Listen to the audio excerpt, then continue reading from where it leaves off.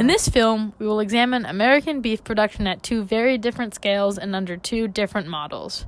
We define large-scale operations as those with more than 100 cows and which utilize significant mechanization and non-pastoral practices.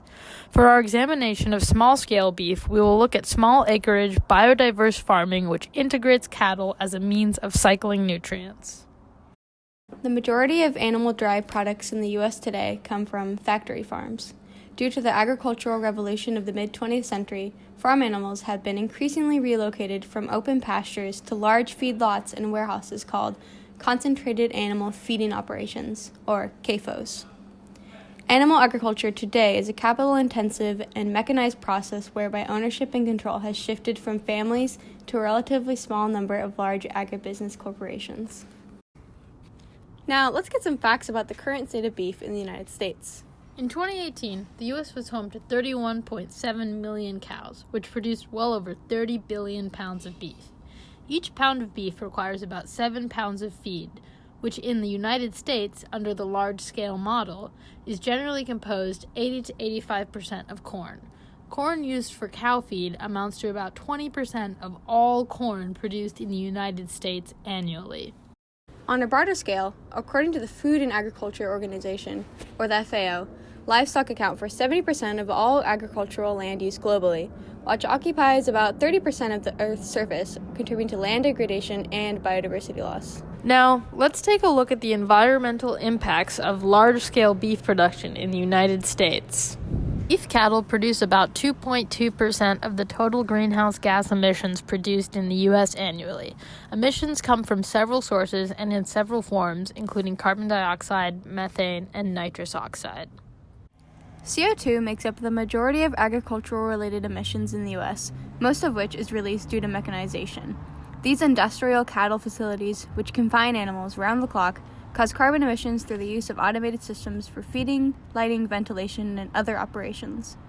This type of cattle raising system must also continually provide feed for the animals. The growing, harvesting, drying, and transportation of this feed generates additional carbon dioxide emissions. Methane is another greenhouse gas released during industrial agriculture. Methane is produced by the process of fermentation which occurs in a cow's stomach.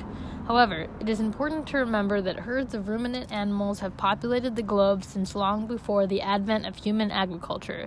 Thus, methane production is an integrated part of natural atmospheric and ecosystem cycles, and methane breaks down much more quickly than carbon dioxide in the atmosphere.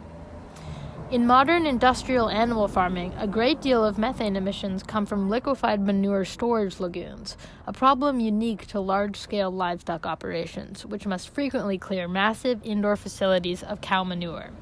According to the EPA, before the 1970s, methane emissions from manure were minimal because the majority of livestock farms in the U.S. were small operations where animals deposited manure in pastures and corrals. Finally, nitrous oxide is released during the process of producing feed crops such as corn.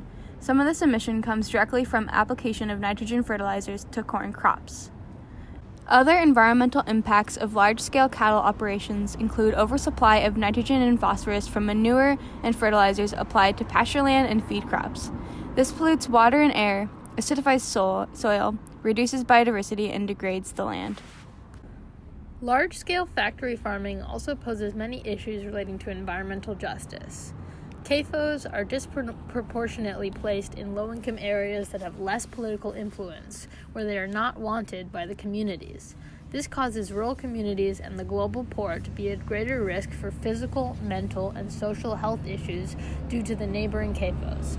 Many studies show that CAFO and slaughterhouse workers labor in unsafe and unsanitary work environments, which we've all heard before.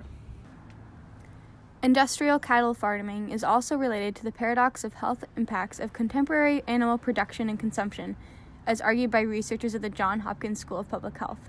Nearly 1 billion people are overweight or obese due to increased meat consumption, as animal products are the primary source of saturated fats for many people. On the other hand, around 1 billion people are malnourished partially due to reduced crop availability. These crops are being robbed from the global poor and used to feed cattle and other livestock for the global rich. We're going to give our friend Rob Peterson a call from Plum Farm, a small organic farm on Vashon Island that uses integrated Scottish Highland cattle as part of their biodiverse farming operation. He's going to give us some insight on how cattle play a role in small-scale agricultural systems like his.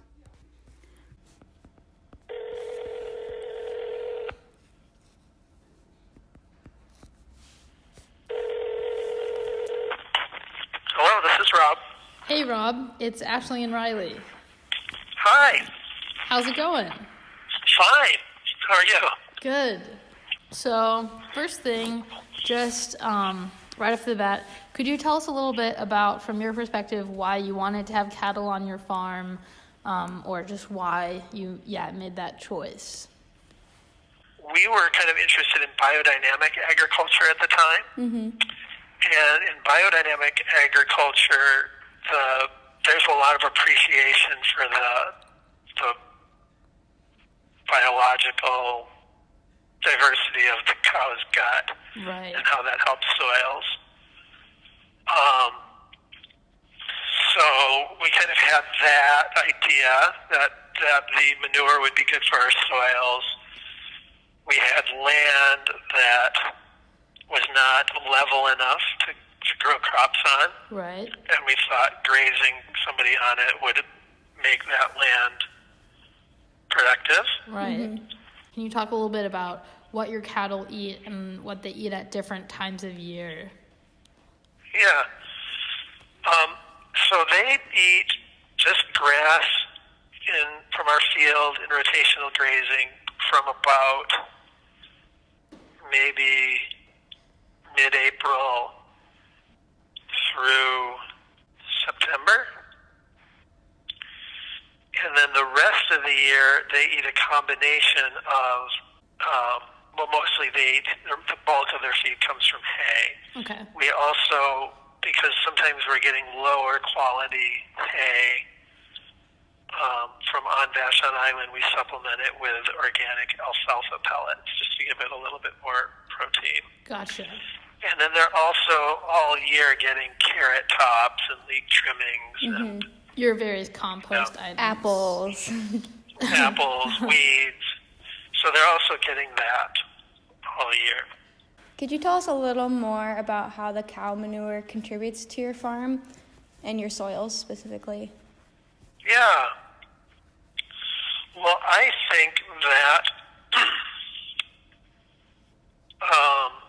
sort of having healthy soil is completely vital to growing good quality produce and continuing to be able to grow it. And I think that healthy soil, it's vital to have organic matter and microbial activity. Right. So it's kind of the most important thing we have going. It's sort of the foundation of all of our crops is the compost that we add, which we hope adds enough organic matter to offset what's being lost in various ways, to supersede, to be more than what's lost in various ways, Right. and to be biologically active. And I think the cows are really key to our composting system. You talked a lot about your cattle being primarily for manure and what that adds to your farm. But do you end up selling the cattle or making money off of them in any other way? Yes, we sell them for beef. Can you talk a little bit about that process and the relationship you have with those customers and like just that kind of system that you set up for selling your beef? Yeah, so there's sort of legally to sell beef by the cut, it has to be slaughtered in a USDA inspected facility with an inspector present. Another way to do it is to make an agreement to sell the beef while the animal is still alive, Right. by selling him in portions or her. And so then people are having their own cow technically slaughtered. So that's what we do. We sell it by the portion. It's based on the hanging weight. We agree on a price. And, we have a list of customers who are interested. We send an email to them that says we're going to be slaughtering a bovine pretty soon. Do you want a portion? And people order a portion. Oh yeah. How how often are you butchering cattle? Is it an every year thing? And what determines when you butcher? Yes, it should be every year. What I should do is after a cow has a baby, I should wait about 3 months and breed her again. And so I should have two moms, breedable moms, who would then each have a baby every year. And then when those babies are 2 years old, I would slaughter them. It's like at the end of 2 summers of grass. That's when I should be butchering them. Another question that we have, that is, what are your thoughts on eating beef? Our film kind of addresses like the emissions associated with that and the ecological footprint that comes with it, but obviously the cattle are an important part of your farm. Yeah. I was a vegetarian until I started raising livestock. Mm-hmm. I guess I think that animals raised in the conventional industrial system are an ecological travesty and a health travesty. Everything about it is bad. Right. And nobody should eat it. Morally, nobody should eat that stuff. It's bad for their bodies. It's bad for the groundwater. Mm-hmm. Antibiotic resistance, pollution, animal cruelty, just everything about it is despicable. And I think that, in some ways on our farm, it's possible that our beef operation is the most sustainable thing that we're doing. Huh. All their food comes from very nearby. They're either grazing it themselves or getting it from our neighbor's field that was hayed by a neighbor. And then by practicing rotational grazing, hopefully they're building soil organic matter. And they're on land that's not really, it's too sloping, and in some cases seasonally moist. Like it's good pasture in the summer, but in the winter it's too wet. So it's land that we wouldn't be growing vegetable crops on.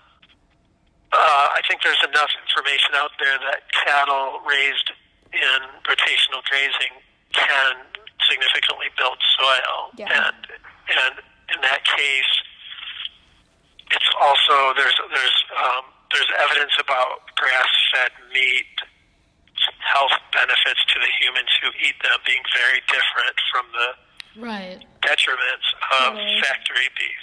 Yeah. Just in general, how do the cattle contribute to the well-being of your farm? And you can think about well-being in a broad sense, like in the well-being of your community or your soil or like anything like that. Or like the character of your farm. Yeah. Yeah. Well, there's definitely a thing that like children who come here just love the cows. Yeah. I love the cows. Including us, yeah. Yeah, not just children, adults too. There's something about it. People connect to them. And that's an intangible benefit of having them. But for sure real. We sort of joke that the cows do a whole bunch of stuff for us that start with M, which is manure, mowing, meat, money, and then being mascots. Maybe marketing. Marketing. Yeah. So there's definitely that, and they have most of the time they have kind of a really mellow. It's another M. And then the manure is huge, and it's nice that the role they play in our composting system of eating, kind of the first round of eating and smashing and peeing and pooping on the weeds is fermenting in their stomach, fermenting in their stomachs. Yeah. They've got such incredibly diverse ecosystems in their guts. Uh-huh. So yeah, I think they do contribute to our well-being, which is why the fact that they don't make very much money hasn't made us stop doing it. Right. Yeah. Right. Yeah, and they're so cute when they have babies. Like blackberry, so cute. Well, thank you. Well, Yes, thank you so You're much, welcome. Rob.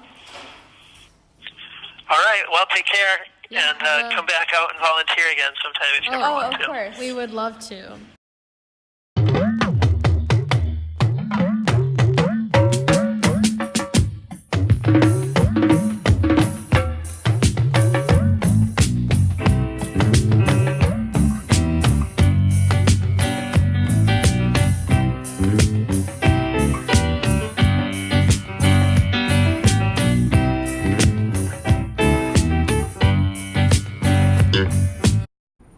What is that?